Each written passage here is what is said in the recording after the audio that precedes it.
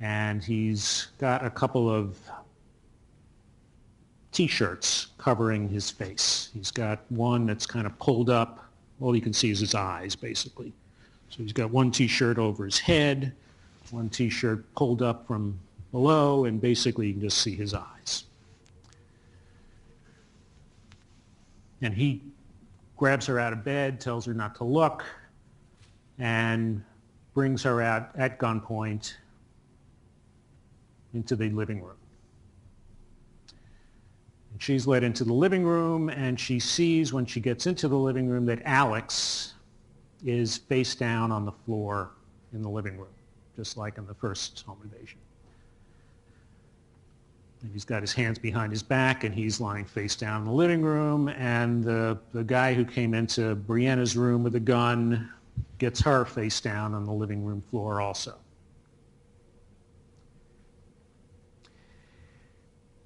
And after that happens, Brianna sees that Remington is being let out of his room. Remington sleeps in the nude. He was totally naked. And what happened with Remington, he was asleep in his room when the door is pushed open and somebody comes in, a different person comes in also with a handgun. And Remington happens to own a handgun. He owns a Glock. He wasn't able to get to it during this event, but he is familiar with guns, and he owns this Glock handgun, which is a semi-automatic handgun, and he sees that this second person, the one who has now come into his room, is holding what appears to be a Glock handgun. And this is a different person. This is somebody with, as Remington describes it, a stocky guy with like twisty kind of short dreads hair. And he drags Remington out of his room. So we've got two gunmen.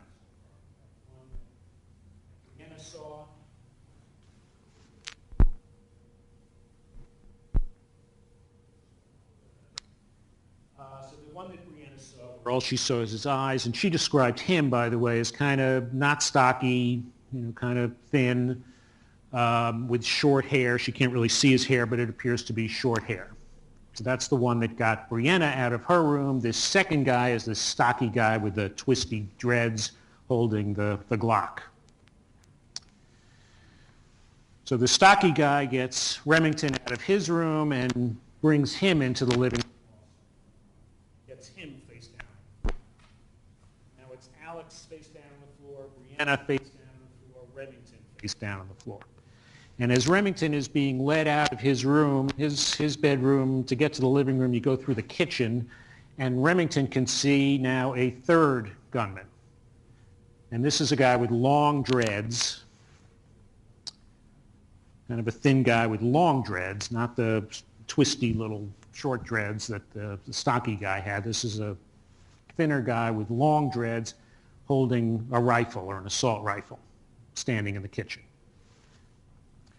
So between Remington and Brianna, they see that there are three gunmen. The kind of a thinner guy with the T-shirts and the short hair, the stocky guy with the twisty hair holding the Glock, and the guy with the long dreads holding the rifle in the kitchen. The three of them are put down on the floor. One of them, and it's believed to be the guy with the shirts covering his eyes, who seems to be the leader of this thing,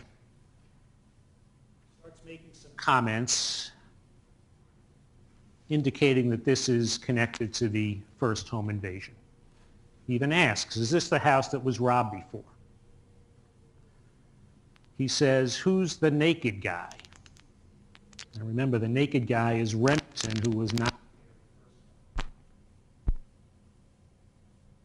He asks, where are the other two? Okay, remember there were two people that were there the first time, Will and Brandon, who are not there now. He's asking, where are the other?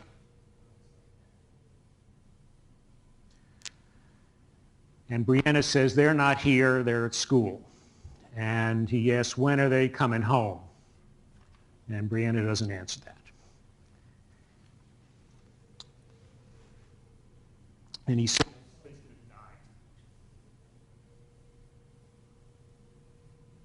meanwhile, somebody, one of them, is turning over things in the rest of the house, kind of like with an arm, like getting things off the tables and knocking them on the floor and turning things over. It appear that perhaps this was a robbery, although in fact nothing is stolen. Maybe some loose cash that was sitting on a counter perhaps was stolen, but nothing is stolen during this event. And they put on some, you can hear the sound of rubber gloves are being put on. And one of the robbers says, one of the home invaders says, give me one of those. And you can hear gloves being put on. And these three young people are face down on the floor, just like the first time, being held there at gunpoint. And then a shot. Brianna hears this gunshot, there's ringing in her ears. She feels blood coming down her head, down her face. She's been shot in the head as she lies there on the ground. Remington is shot in the head. Alex is shot in the head twice.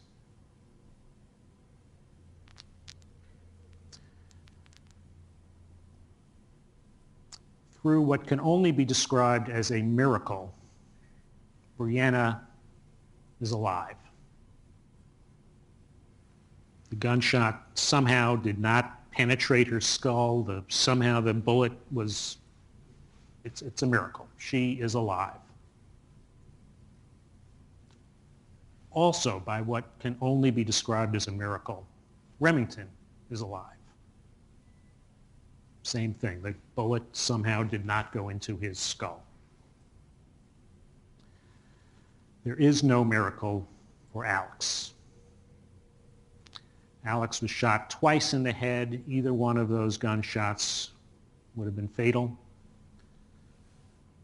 One of the bullets goes through his head into the floor. The other one remains inside his skull. Alex is lying there dead in a pool of blood. After a couple of minutes, Brianna is playing dead, but she's alive. And after a couple of minutes, it's quiet. She figures maybe these people have left. She gets up, looks around. As she does that, Remington lifts his head up and looks around. They see that they are both alive. They see that Alex obviously is not. And they run out of the house. First, Brianna goes into her bedroom to see if she can find her cell phone, but everything's turned over in her room. They run out of the back of the house. They run through their backyard. She has to help Remington a little bit, who's more hurt than she is. There's a fence in the backyard. They go over the fence. Brianna has to help Remington. They're now in the backyard of the house behind them. They have to run around the backyard to the front of that house, and they bang on the door of that neighbor who lives behind them. Neighbor's name. So they bang on her door, and she is, Amy Scott is just getting ready for work. She's getting dressed. Her husband's there. She's a little freaked out by this, but they tell her to call 911, and she does. She calls 911 and tells them what happened, that there's these two people have been shot. There's this naked guy with blood all over him. She calls 911. That 911 call is made at 5:24 a.m. And the timing is important, as you will see. So this whole thing happened between a few minutes after 5 o'clock in the morning, and the 911 call is made at 5:24. And the police come, And they take Brianna and Remington to the hospital, and they stay there for a day or two in the hospital, and then they're released. And they are more or less okay today. As I say, it's a miracle. Police also go to their house, the 503 Bernardino Drive address, and they see Alex dead on the floor.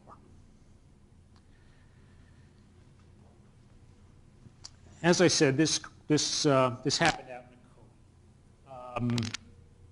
It decided very quickly to get what's called the Joint Homicide Investigative Team involved in this. And what that means is there are some municipalities that don't have a lot of murders, which is a good thing for the people that live there. But it means that the police departments in those jurisdictions don't handle a lot of murders. So what's decided to do in a case like this is to assign what's called the Joint Homicide Investigative Team, where they bring in detectives from other agencies that unfortunately do have more murders. And the person who's assigned to investigate this case, his name is Michael Moreschi. He's a detective, a homicide detective with the Orlando Police Department, who's an outstanding detective, an experienced detective, and as you will hear, he did an excellent job in this case. So he is brought in to be the investigator, the detective, to try to solve this murder. He goes to the crime scene at 503 Bernardino Drive with crime scene investigators, and they see what they see there. They recover a couple of fired bullets. One in the floor underneath that went through Alex's head, and another one that bounced off the head somehow of either Brianna or Remington, and it's on a coffee table. So they recover those two fired bullets. There's a third bullet that's later recovered from the medical examiner's office. When Alex is taken to the medical examiner's office, as I said, there's a bullet inside his head. There's a fourth bullet that they never found that apparently was in the hair of either Remington or Brianna when they ran through the backyard and jumped over the fence, and despite using metal detectors, they were just never able to find that fourth bullet. We know there were 4 gunshots. They try to find if there's fingerprints. They scour the house and do what they can to find fingerprints. They don't find any fingerprints that would connect with anybody who did this. They find a bunch of fingerprints that belong to the people who live in the house. So this is not a case that can be solved by fingerprints. Something they don't find, which is cartridge cases, and you'll learn a bit about handguns during the course of this trial. Cartridge cases is like the metal part of the bullet, the projectile part of it fits in there, and the cartridge case is left behind. So when the gun's firing pin hits the back of the cartridge case, the bullet flies out the barrel of the gun. The fact that they don't find cartridge cases, there are 2 different kinds of handguns. There's what's called a semi-automatic handgun. Semi-automatic handgun has a magazine that goes up in the handle of the gun, and when you fire a semi-automatic handgun, which a Glock is, the bullet goes out and the cartridge case gets ejected out of the gun and would land on the floor. There were no cartridge cases in the living room, which would indicate that stocky guy with the gun, with the Glock, is not the shooter. And we know it's not rifle bullets that were fired. So it's not the guy with the long dreads in the kitchen. It's the guy who got into Brianna's room with the other handgun by process of elimination. because a revolver does not eject cartridge cases. So there's two kinds of guns. There's the semi-automatic, which a Glock is, which the stocky guy had. Those would eject cartridge cases. A revolver, which is like a gun in the Old West, you know, which has the cylinder that spins around. With a revolver, the cartridge case, the fired cartridge case, remains inside the cylinder. So we know from this that the shooter had a revolver, and by process of elimination, that's the guy who had his face covered and went into Brianna's room.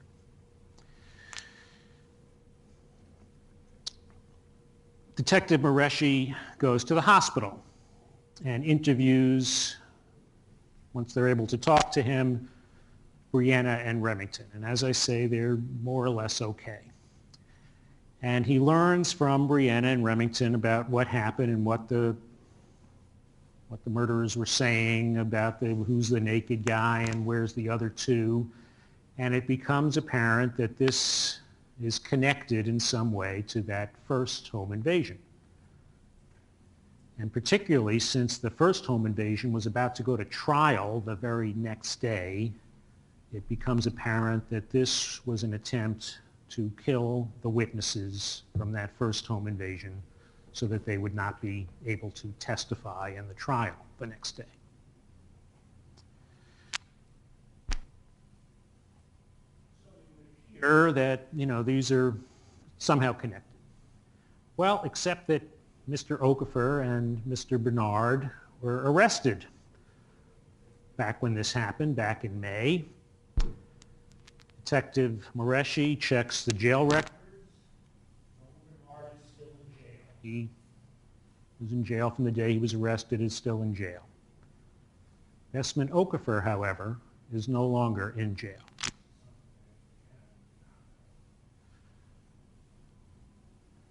But Bessman Okafor had bonded out of jail. And anybody who's arrested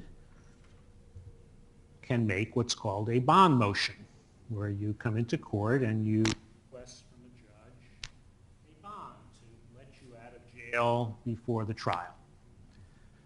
And that's what happened. Mr. Okafor makes a bond motion. This happened back in June. Went to a judge, not Judge Kess, by the way, went to a different judge, and that judge decided to grant Mr. Okafor a bond, even though he was basically caught red-handed doing this earlier home invasion, and he is let out on bond in June. And when he's let out on bond, he's put on what's called home confinement with an electronic monitor. And you'll hear, I'll talk about that in a few minutes about how that works. But there's an electronic monitor, there's like an ankle bracelet, and basically this works like if anybody has or had a cordless phone, where there's a signal that comes from the ankle bracelet that goes to a unit that's placed inside the home. And there's a radio frequency signal, and you can tell when you're in range of that base unit and when you're not in range of that base unit. It's a simple process, say pretty much like a cordless phone. And it's not a leash. I mean, you can leave. You know, it doesn't keep you there, but it will keep a record of when you're there and when you're not. Now, I'll talk about that in a moment, but as it turns out, Mr. Okafor has an appointment with his home confinement officer that very day, May 10th. And the way it works with home confinement is you're given a schedule by a home confinement officer every week. You meet with that home confinement officer every week, and you're given a schedule. So it's not like you have to remain home every second of the day necessarily. The home confinement officer will work out with you when you're allowed to be away from home. And you're allowed to be away from home if you have a job, you're allowed to be away from home if you go to school, you're allowed to be away from home if you have a doctor's appointment, you're allowed to be away from home if you have to go to court. And you sit down with the home confinement officer every week and they work out with you a schedule and they give you a written schedule of when you're allowed to be not at home.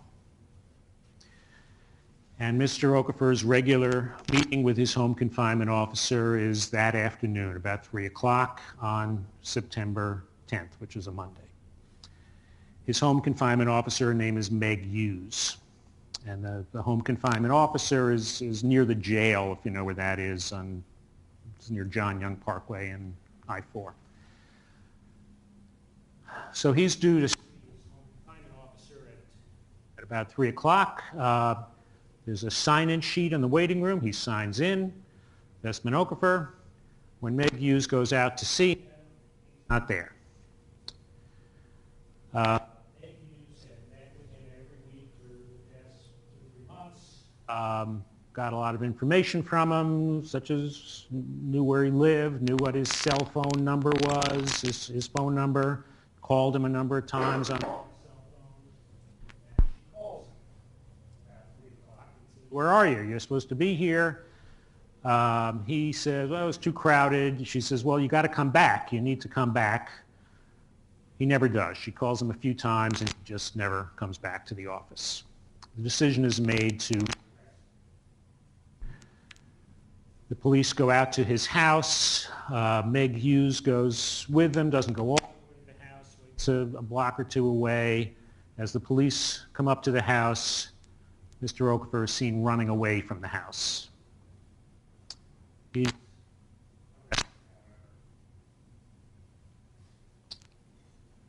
on September 10th. He lives at an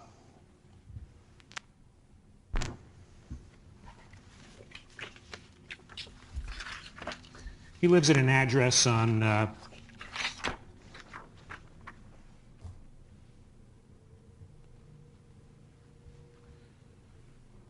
St. James Road, which is right over here.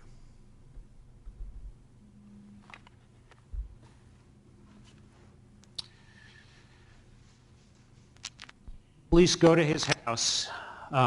Inside his house is some people, including a very pregnant young lady. Her name is Sharia Gordon. Sharia Gordon is several months pregnant with Mr. Okafor's child. She has another child by him. The police talk to Sharia Gordon. She insists she was home all night. She was at that house all night with Bessman Okafor. They never left. They were there all night. They were there at 5 o'clock in the morning, and she is his alibi.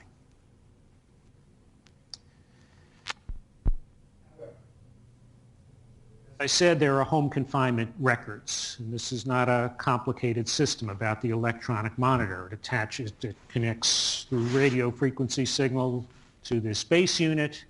There's a schedule that he has, and there is a record kept of when that in contact with the base unit in the house and when it is not.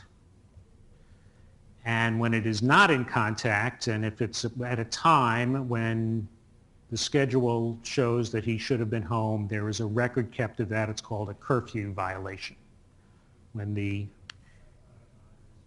range of the base unit. And lo and behold,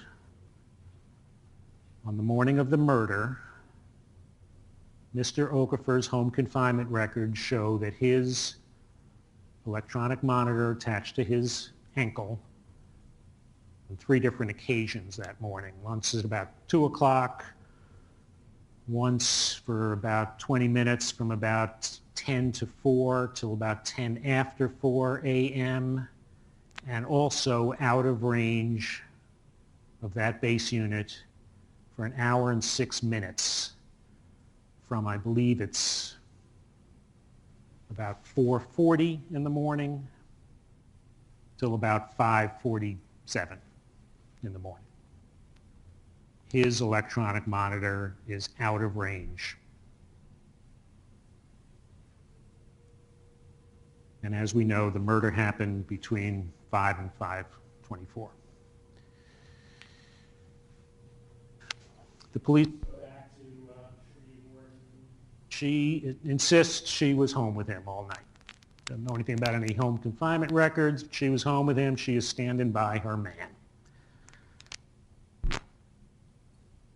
Police recover her cell phone, Sharia Gordon's cell phone, when they search the house, and they also recover Mr. Okafor's cell phone. And this is the same cell phone that Mr. Okafor had provided to, the same phone number that Mr. Okafor had provided to Meg Hughes, and in fact the same phone she called him on at 3 o'clock in the morning, in the afternoon on September. The office recovered those cell phones. And as you will hear, there are records of cell phones, and you will learn about how all that works during this trial. And cell phones, the way they work, they connect to cell towers, and you've probably seen there are cell towers all over town. You know, they've got them all over the place. And the way a cell phone works is when you make or receive a call, it connects to a cell tower. It'll generally connect to the closest cell tower in range. And as I say, place. And the phone company keeps records of which tower, of all the calls that every cell phone makes, at what time, to what number or from what number, and what cell tower it connects with. And as you will hear, the way the cell phone companies set these cell towers up is you can think of like setting up a sprinkler system in your yard, where each tower will have a particular area, and you want the whole yard covered. You want a little bit of overlap. You don't want too much overlap. You don't want to waste water. The cell phone companies work the same way. So they have towers all over the place to cover, each one cover a particular area. In addition to that, not just do the towers go circular, covering an area, there are generally 3 antennas on each tower pointing in different directions. And the cell phone companies keep that the cell phone is connecting to at what time, but which antenna or sector of the tower. And you can think of that like a pizza pie that you slice into 3 slices if there are 3 towers. Some towers have 6, so 6 slices. But if it's a 3 antenna tower, each antenna will cover an area of about 120 degrees. And only for a particular area. It won't go out forever. It'll just cover a wide area. So the police, Detective Moreshi gets the cell phone records for Mr. Okafor's phone and Sharia Gordon's phone.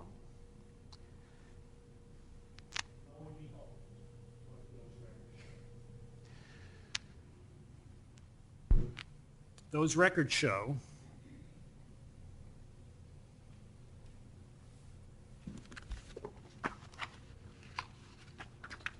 for Mr. Okafor's phone,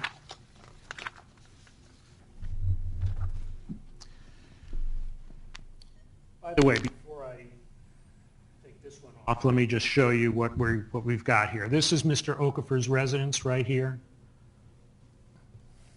This is the victim's house in Ocoee, way out here. The cell phone records for Mr. Okafor show, far from him being home all night, we already know this from the home confinement records, that in fact he made a phone call at 3:52 a.m. right about from hitting from a tower over here. And Sharia Gordon lives over here. So at 3:52 a.m. he's making a call to Sharia Gordon. And Sharia Gordon at that time is at a tower covering her home. Mr. Okafor's phone records further show that at 4:44 a.m., he makes another phone call right about up here. This is Silver Star Road, by the way. He makes a call up there at 4:44 a.m. to a person named Emmanuel Wallace. Wallace, as it happens, also happened to be at the house at Maple Grove where Mr. Okafor was arrested back in the first home invasion back on May 9th.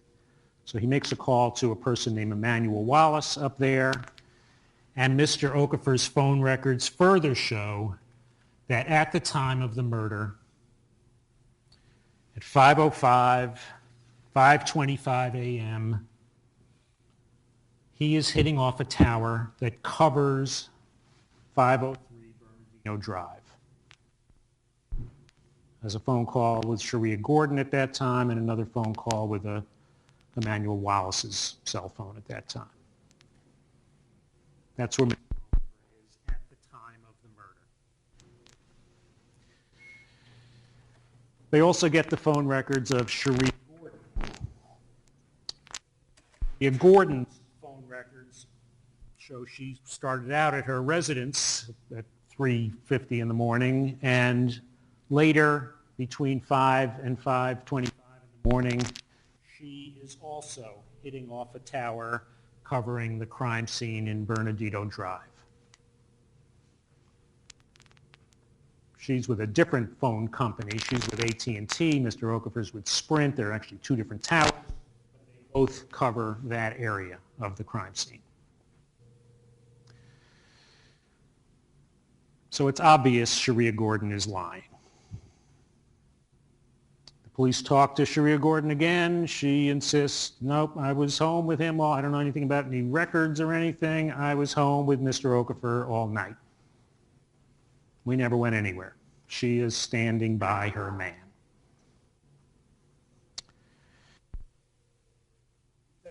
She doesn't stop there. You can see from the phone records that Mr. Okafor, in order to get out to the crime scene, would probably go something like this. Take a trip somewhere in that. The easiest way out is, or the clearest way out is to go up on Silver Star Road, which is up here. And in fact, one of his phone calls was up there on Silver Star Road.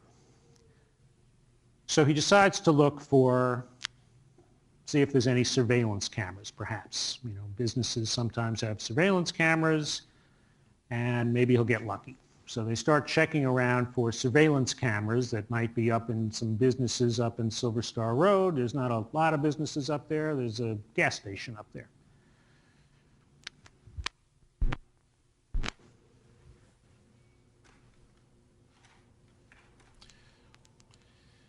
This is a Marathon gas station up on Silver Star Road.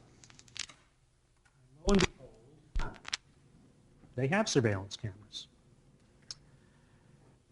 And the police recover videos from the surveillance cameras. And what it shows is a couple of white cars pulling into the Marathon gas station at about 4:45 that morning. And it shows a very pregnant woman getting out of the passenger seat of one of those cars and going into the store that's connected to that gas station. And there's another surveillance camera inside the store, and you can see the pregnant woman inside the store, and that pregnant woman is Sharia Gordon. She is inside that store at 4:45 in the morning, paying for gas for these two white cars. And you can see that there are a couple of men that are, you don't get there's no close-up, but you can see that a couple of men are putting gas into these two white cars.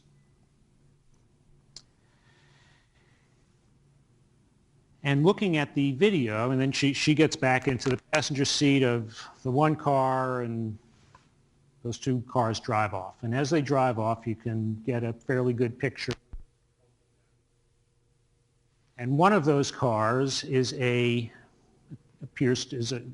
I say, it's a white car. It appears to be a Chevrolet Malibu. And it appears to be missing a door handle on the passenger side. And when the police went out to arrest Mr. Okafor, a Chevrolet Impala white missing a door handle is parked there at the residence. And that Chevrolet, it's a Chevrolet Malibu. Let me get my car straight. It's a Chevrolet Malibu missing a door handle. And that car belongs to Takethia Ruffin, who is Mr. Okafor's sister, and he lives with her at that house. So this car missing the door handle, parked at the residence where Mr. Okafor is arrested on September 10th. That car in the Marathon gas station video. The other car appears to be a white Ford Taurus with a little front end damage. And the police don't know it yet. At that time, Detective Moreschi doesn't know at that point what that white Ford Taurus is. So the police now go back to Sharia Gordon and show her these photographs, and she realizes that her alibi story is not going to work anymore. And she decides to tell the truth to the police.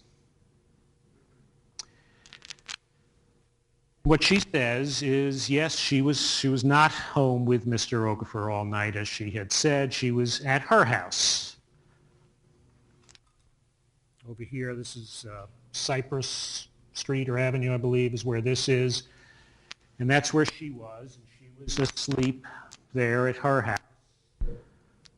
She had a couple of kids, one of them Mr. Okafor's, who were asleep. As I said, she was pregnant with another child of Mr. Okafor's, and sometime early that morning, Mr. Okafor makes a phone call to her and says, "I'm coming to pick you up." And he does. He arrives and picks her up. She gets the sleeping kids, carries them into the car. Mr. Okafor is driving Takethia Ruffin's Malibu. And Sharia is very familiar with that car. She's seen Mr. Okafor driving it many times. And he picks her up in that Malibu and takes her and the kids back to his house. Back over here. And they quickly drop the kids off. They put them in bed. They're another adult or two in the house. Takethia is apparently. And off they go. Mr. Okafor gets back into the driver's seat of the Malibu. Sharia gets into the passenger seat of the Malibu. And where do they go? They go to pick up a friend of Mr. Okafor's. Mr. Ciceron lives pretty close to Mr. Okafor. He lives over here. And they pick goes into the house, gets Mr. Ciceron out. Mr. Ciceron comes out. Mr. Ciceron gets into a car that is parked there that is a white Ford Taurus with a little front end damage. They start driving out towards Ocoee. Mr. Okafor going first and Mr. Ciceron and his Taurus going after. And they stop for gas at the Marathon gas station, from what Sharia Gordon says, and this is up here again. And Sharia Gordon admits, yes, that's her that goes into two cars. Her in the Malibu and Mr. Ciceron in the other white car. After getting gas, they continue going. They go out and they go down a bit. She's not sure exactly where it is. They go to what she describes as what seems to be an abandoned house or a vacant house. Both cars. And there's now a third car that is there. And this car Sharia has also seen many times. And this car is a Chevrolet Impala that is owned by another sister of Mr. Okafor. Her name is Candace Ruffin. And that car is very distinctive because it's missing 3 hubcaps. Only has 1 hubcap on the, I think it's the right, on the passenger side and the back. That's 1 hubcap. The other hubcaps are missing. It's an older car. It's got a little black horizontal molding going down each side. It's a very distinctive car. And she, as I say, has seen that car many times before. They get to this abandoned house. There are now 3 white cars at the abandoned house. There's the Ford Taurus that Nestle Cicerone is driving. There's the Malibu that Mr. Okafor is driving with Sharia Gordon in the passenger seat. And there's now this third car, which is this Impala with the missing hubcaps. And there are 2 other gentlemen in this third car. One of them she knows is Emmanuel Wallace. He has long dreads. Another one is a person she didn't know, but she hears his name being mentioned as Donnell and Darnell. And he's a stocky guy with little short, twisty dreads. And these are the 2 guys in the Impala. So they're there at the abandoned house for a little while, not for very long. Mr. Okafor tells her, keep going out straight, go through 2 red light, 2 lights, wait by the side of the road. I want you to be a lookout. According to Sharia, she didn't know exactly what she was being a lookout for. She's known over the years to do what she's told when it comes to Mr. Okafor and not to ask questions. She figured it had something to do with his case because she knew that this case was going to trial the next day. She didn't know exactly what it was. She does what she's told, and she goes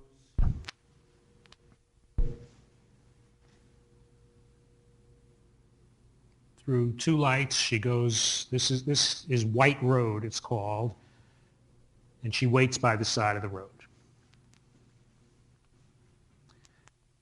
And soon afterwards, the other 2 cars.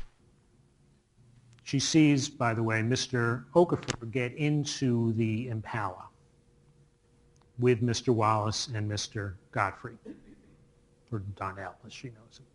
So there's now the 3 of them, Okafor, Emmanuel, and Donnell in the Impala, the one with the missing hubcaps.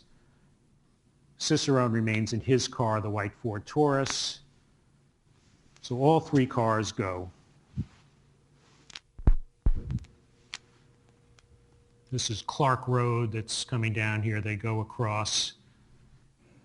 Sharia says she waits by the side of the road. The other 2 cars keep going. Exactly sure where they're going. She waits there about 20 minutes. She has a phone call with Okafor.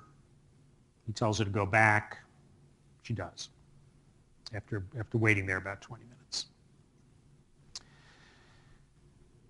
So that's what Sharia Gordon finally tells the police. Sharia Gordon has been arrested. She's been charged with some serious crimes. She has pled guilty to some serious crimes. She will be sentenced by Judge Kest when all this is over with. And she will testify in this trial. So now Detective Mareshi has gotten the name of Nestle Cicerone. And they go speak to Mr. Cicerone, and Mr. Cicerone is, although at first he says he doesn't know anything about it, he comes clean pretty quickly and is much more truthful up front than Sharia was, and basically says the same thing that Sharia said. And what Mr. Cicerone says is he was home at his house. He lives on Judy D. Drive, which is this house over here.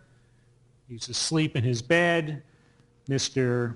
Okafor comes by, tells him he needs him for something. Cicerone gets out of bed. Mr. Okafor grabs some car keys that this car actually belongs to another person named Tony Nelson, who slept through this whole thing in another bedroom, but grabs these car keys for this car that was sitting on the counter apparently that belonged to Mr. Nelson, gives them to Mr. Cicerone and says, come on, I need you. And Mr. Cicerone gets in the car, which is this white Ford Taurus with a little bit of front end damage, and starts following Mr. Okafor.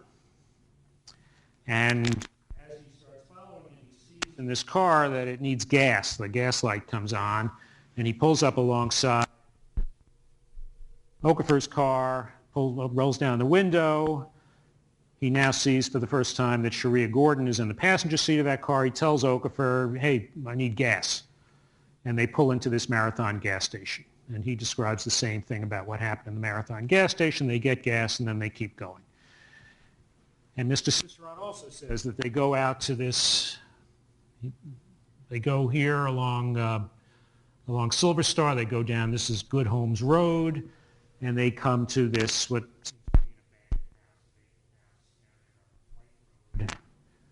out towards Ocoee, where there is a third car.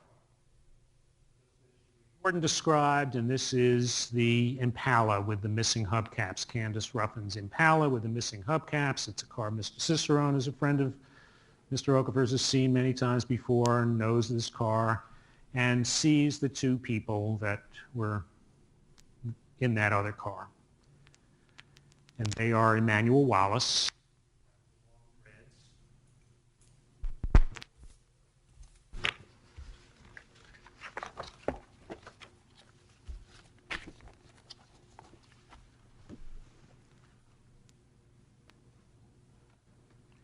here's a photo of Mr. Wallace.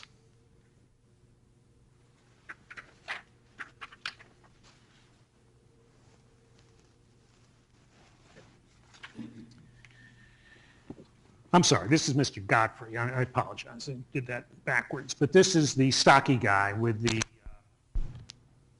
little twisty hair, and Mr. Cicerone knows him, knows Donnell Godfrey. Is a friend of Mr. Okafor's. He's played basketball with him. So he says one of the guys in the Impala is this guy, Donnell Godfrey. The other guy in the Impala is Emmanuel Wallace. And I don't know if you can see this well enough. I got to get this centered. I don't know if it's clear enough to you, but he's the guy. This is Emmanuel Wallace. So Mr. Cicerone knows both of them, and he describes pretty much the same thing as Sharia Gordon said, that they're there at the vacant house for a few minutes. Mr. Okafor tells Mr. Cicerone, I need you to be a lookout. I need you to follow me and call me if you hear anything, any police or anything like that. Call me. Mr. Cicerone says, I didn't bring my phone with me. My phone is still in the charger next to my bed. So what Mr. Okafor does is he goes over to Emmanuel Wallace, takes Emmanuel Wallace's cell phone, which Mr. Cicerone had seen before. It's got a purple cover, gives it to Cicerone, says, here, use this. If you hear anything, any police or anything like that, Mr. Cicerone says he wasn't exactly sure what this was all about. He knew it was something illegal. He thought he thought it probably had something to do with Mr. Okafor's case. He knew it was going to trial. Says he didn't know exactly what was going to be happening, though. So Mr. Cicerone, so basically what happens is Mr. Okafor gets into that white Impala with Mr. Wallace and Mr. Godfrey. Mr. Okafor's driving now, getting to that car. Over to the passenger seat of the Malibu. Mr. Cicerone remains in the Ford Taurus, and off they go. Further west.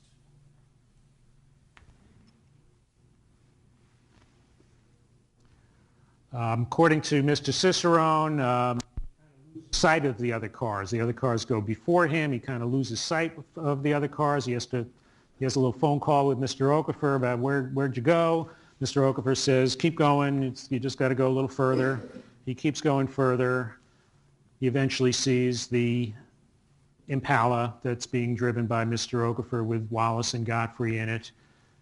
Okafor tells him to follow him, and they do. And they go down into this neighborhood.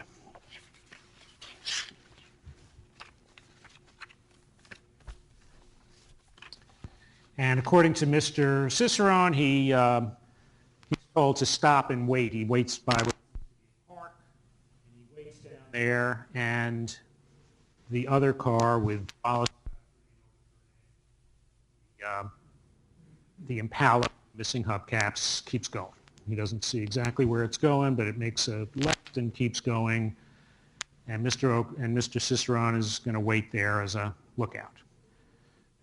Mr. Cicerone says he knows that Okafor had this home confinement monitor on it. He says that Mr. Okafor had previously told him that as long as he's back in a half hour, it's not a problem.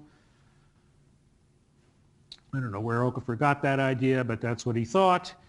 And so Cicerone is waiting there, and he's waiting there about 20 minutes, and he starts getting nervous that he's obviously been out of the house longer than a half hour, and he decides to leave. And he goes back, he starts going back to the abandoned house, and as it happens, the other car, the Impala, is leaving anyway and follows him back. And they go back to the abandoned house, and Sharia also comes back to the abandoned house. Mr. Cicerone ends up driving Mr. Okafor home.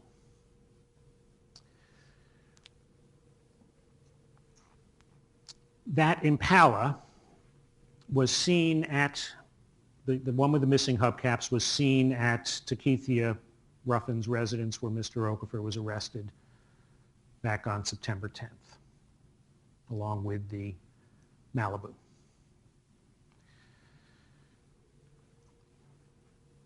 So that's what Mr. Cicerone says. Detective Mareshi keeps investigating. As I said, he found the surveillance camera up at the Marathon gas station. There are two other surveillance videos that Detective Mareshi finds. One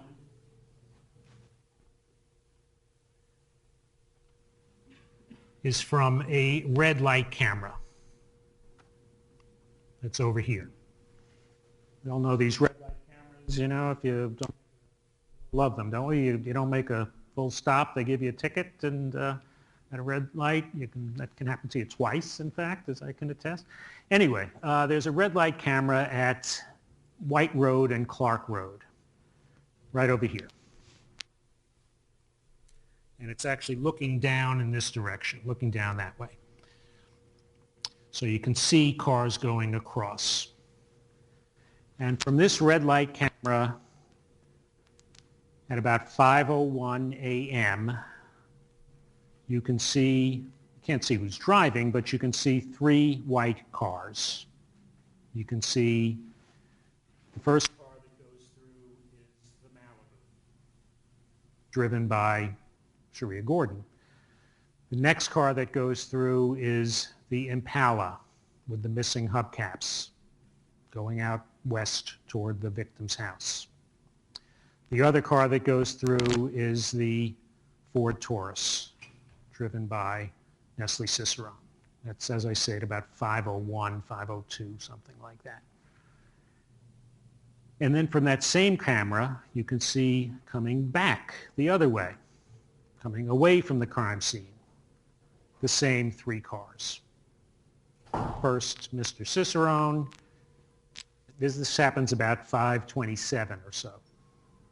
Mr. Cicerone's Ford Taurus, the Impala with the missing hubcaps, with Okafor, Wallace, and Godfrey, and Sharia Gordon in the Malibu.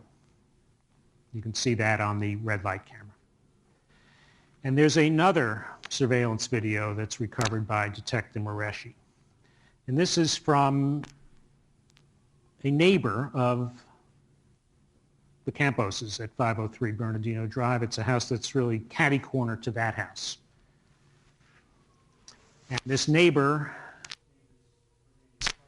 Accurena, she has a surveillance camera in her house. And as it happens, that camera is looking out towards a park.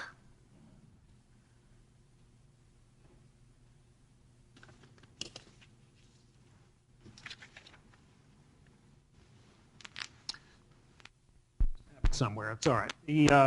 And you can see on that camera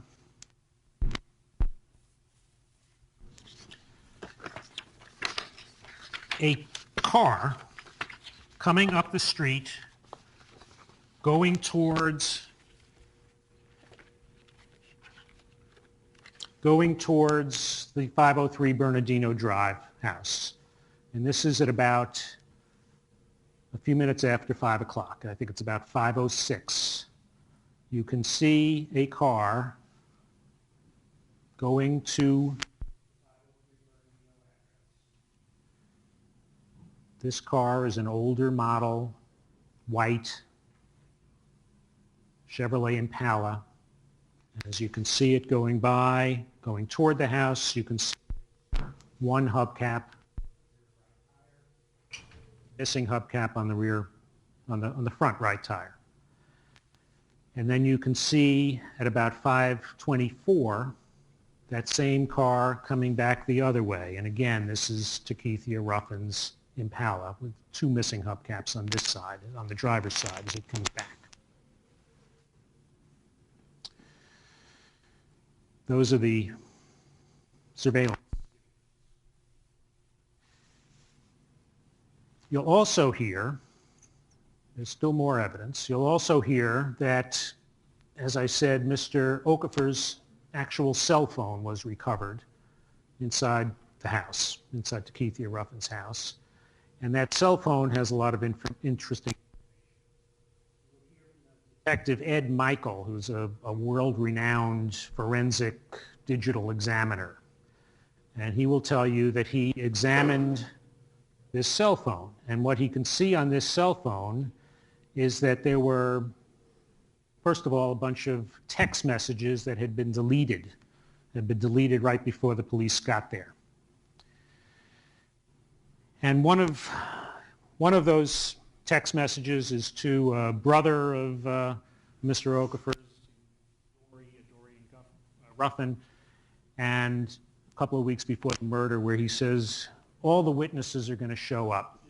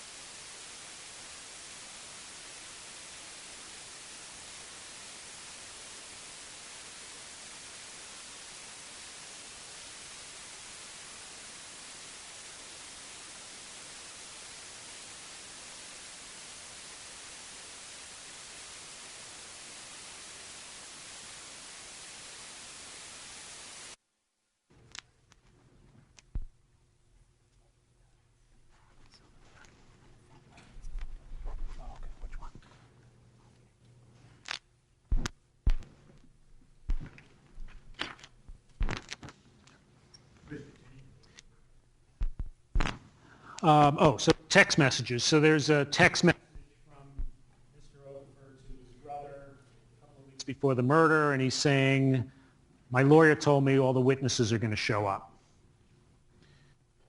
There are other text messages on the night of the murder on September 9th at 9 o'clock or so to another person, where he's saying, I need you to come over here. I can't text what it's about my case. There's some other things on that cell phone. It's a smartphone. You can look things up on the internet. There's an internet search that is made on September 9th, just a few hours before. The internet search is, how do you get rid of gun residue? his phone, you know, he checks in with Facebook, and I mean, there's a bunch of ways to be certain that it is Mr. Okafor's phone. As I say, it's the phone number that Meg Hughes had, and it's also a phone number that Sharia Gordon knows, and, you know, this is Mr. Okafor's phone, clearly. There's something else that Detective Michael can tell from this phone. And he can explain this a lot better than I can, but there's some memory in the phone of wireless routers that the phone will connect off of. You know, there are these, you know, you can have a wireless router, like you know, for Wi-Fi, I guess. I may be using the wrong terminology, but that phone will connect with it. It has a memory of about 20 such, and it will keep an address, what's called a MAC address, a particular identifier for a particular wireless router. Each wireless router will have what's called a MAC address with a particular identification number. So this phone, Mr. Okafor's phone, stores a record of the previous 20 Wi-Fi hotspots, if I'm using the correct term, that the phone connects off of. And this phone is recovered on September 10th, the evening of September 10th. Recover these MAC addresses from the previous 20 Wi-Fi hotspots that Mr. Okafor's phone has hit off of. Gets that information, he goes out to the crime scene. He goes out to 503 Bernardino Drive, equipment that can pick up the MAC addresses of wireless routers in that area. In the driveway of 503 Bernardino Drive, if one is sitting in that driveway, one picks up 2 of those Wi-Fi hotspots right in that driveway of 503 Bernardino Drive.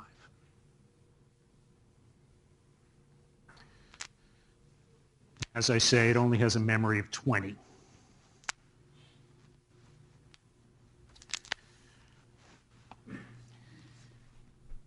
The police also get the phone numbers for Mr. Godfrey, for Mr. Wallace. We also have the phone number for Mr. Cicerone. All of this is given to an expert with the FBI. His name is Justin Fleck.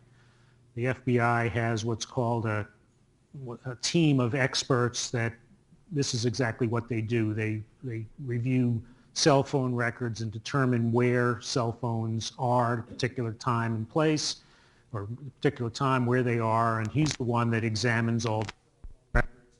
As I've already told you, Mr. Okafor was at the area covering the crime scene from 5:05 to 5:25. Sharia Gordon was at the crime scene at those times.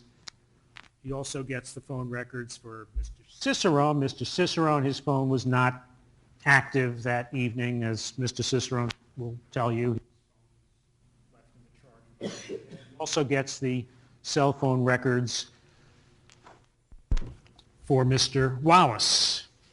And he also gets the cell phone records for Mr. Godfrey. He examines all of those cell phone records, and all 4 of them.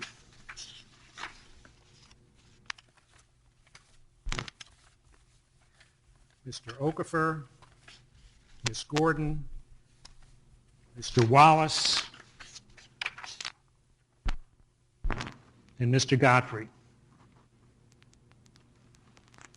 All of them between 5:05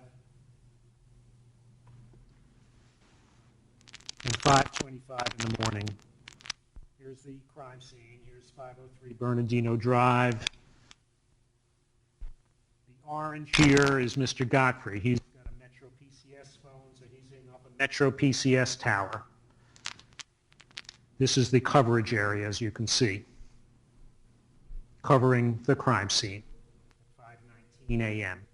The green here is Ms. Gordon. She's hitting off an AT&T tower, also covering the crime scene at 5:26 a.m. Mr. Wallace and Mr. Okafor both have Sprint bones. They're both hitting off the same tower. Mr. Wallace is in blue. You can't see that too well. It's under here.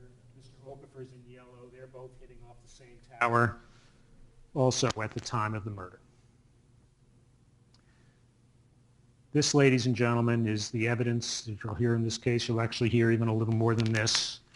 The evidence is overwhelming that Mr. Okafor, who was on trial in this case, committed this murder, was one of the home invaders who came into the house at 503 Bernardino Drive a little after 5 o'clock in the morning.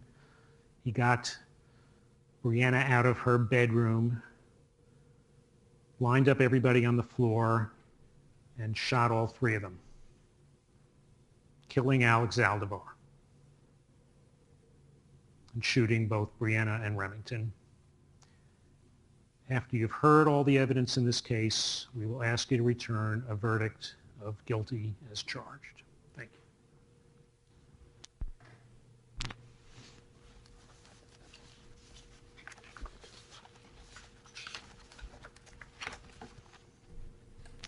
Ladies and gentlemen, I'm going to give you a break at this time to go back to the jury room. There are 16 of you. I do not know how long that's going to be. We're going to plan on about 15 minutes. When the deputy comes back to get you, if you need additional minutes, let us know. We'll work out a system whether it's going to be 15 or 20 or 25 or 30 after a period of time. But let's try it at 15. Don't rush. We'll get you back in here when you're ready, and we'll move forward at that point with the defendant's opening statement if they wish to make one. Thank you very much. Leave your pads on your chairs, please, and do not discuss the case.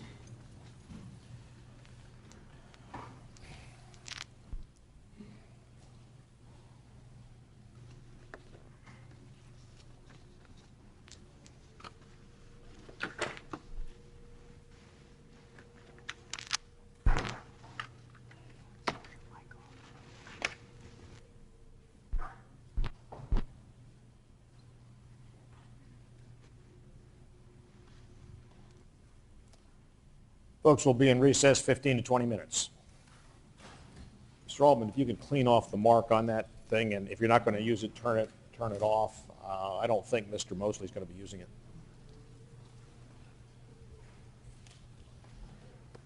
And why don't you guys go take your break?